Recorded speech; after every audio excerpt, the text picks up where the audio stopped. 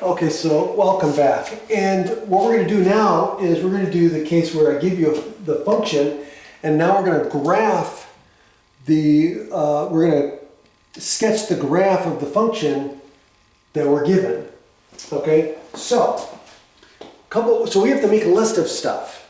Okay, so let's make a list of stuff that we need. So we're going to identify the amplitude, right? So let's focus on this stuff.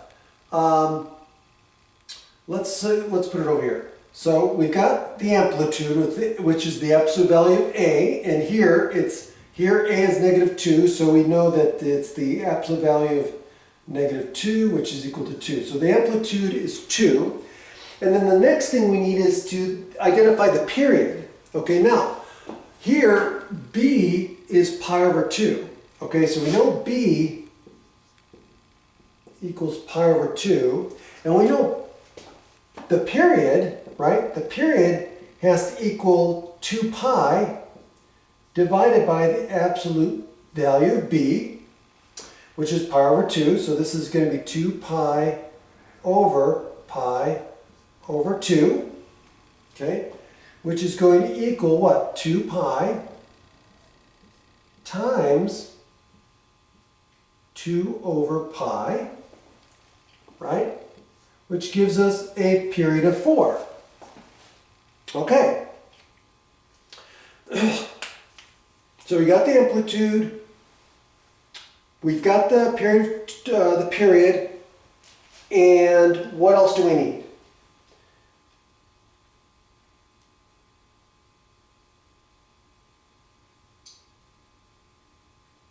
Okay, now, the other thing too is this is negative, so there's going to be a reflection across the x-axis. Okay, so sine starts at the origin and normally goes up. But since it's negative, it's going to start to go down. So it's going to be inverted. So normally it goes like this. It goes up, down, up. Well, now it's going to go down. It's going to start going down and then up. Okay, so again, that's something to keep in mind. Now,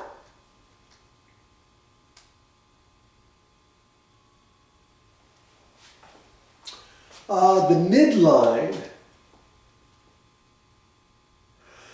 well, we need to find the maximum and minimum values.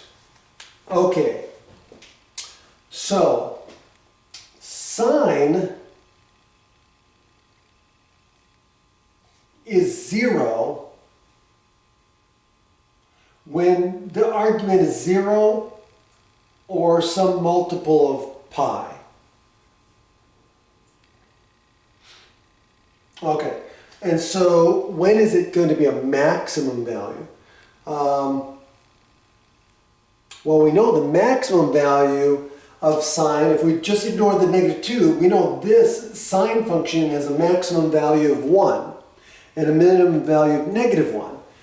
When does it happen? It happens, again, just think about this. It happens sine x equals 1 when what? When x is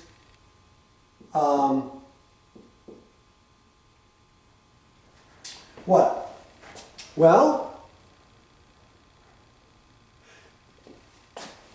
it's a maximum at every multiple of pi over 2, right? Because it's 0 at multiples of pi. 0, pi, 2 pi. So in between those multiples of pi, it hits a maximum and a minimum. Well, let's find out. So in this case here, when x is pi over 2, okay, when the argument is pi over 2, so that means that when pi x over 2 equals, for example, pi over 2, right?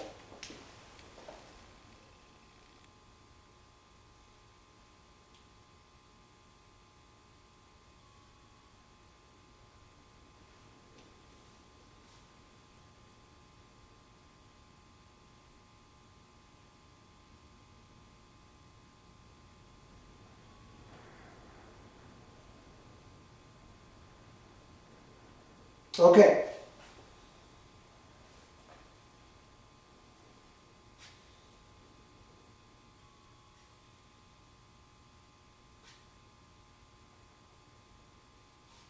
Okay, so think about that. So,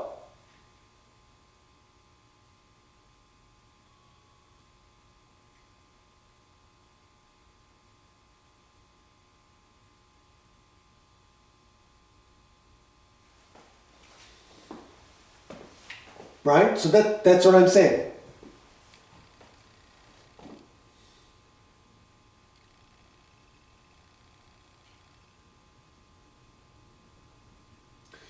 So what does that mean?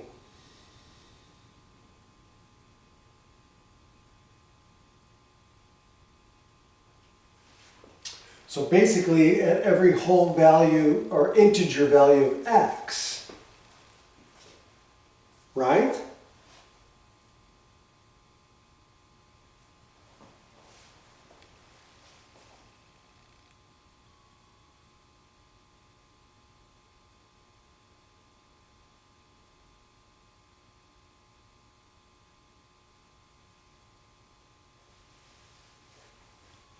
So think about it. The period is 4, right? So every integer, it's going to repeat itself. Okay, so let's see if we do this. So we go 1, 2, 3, 4. Negative 1, 2, 3, negative 4. Okay.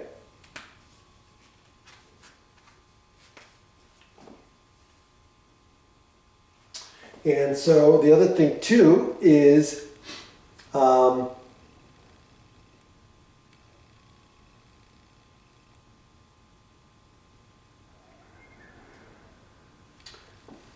that means the maximum value is going to be at, the midline is going to be at 0, right? Because there's no horizontal shift, or excuse me, vertical shift. So we know the midline is 0. So we know that this is going to go from, let me make sure, from 2 to negative 2. Okay, so we know that.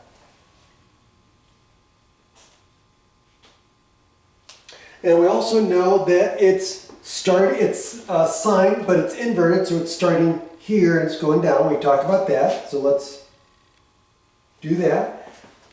And so from here to here, from 1, it's going to be at negative 2. And then from 1 to 2, it's going to go back to 0. And then at 3, it's going to be at 2. And then it's going to go back down to 0.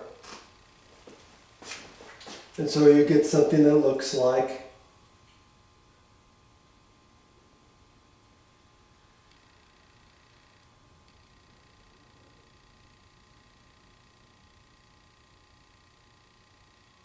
that. And then over here, it's going to go up to 2, down to 0, back down to negative 2, up to 0. And so it's going to go like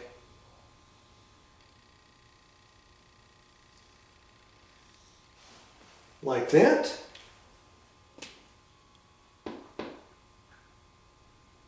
And I believe that's it.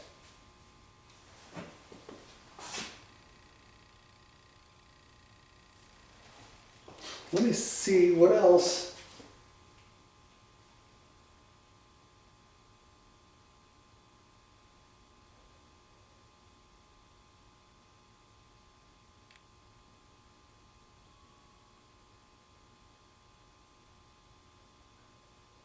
So B is pi over 2, right? So we know that when A is less than 0, there's going to be a minimum at 2 pi over what was it?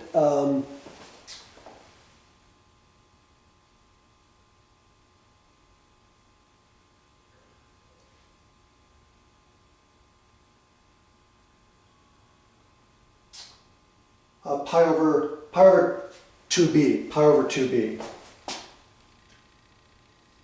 There's going to be a minimum or maximum, depending on a, at pi over 2b.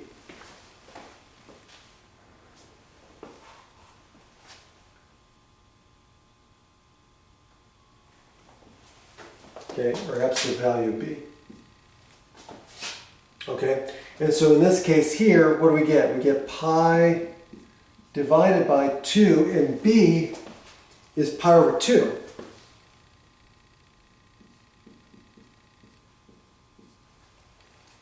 And look, so if we do pi over 2, then what happens? Well, this just gives us 1, right? Which is what I said, right? So if we look at these two, all I did was set this equal to pi over 2 because we know maximum or minimum value is going to happen at multiples of pi over 2. So we know at 1, we have a maximum or minimum. And since a is less than 0, we have a minimum, right? Just like I said, right? And so we're going to have a maximum here. Okay?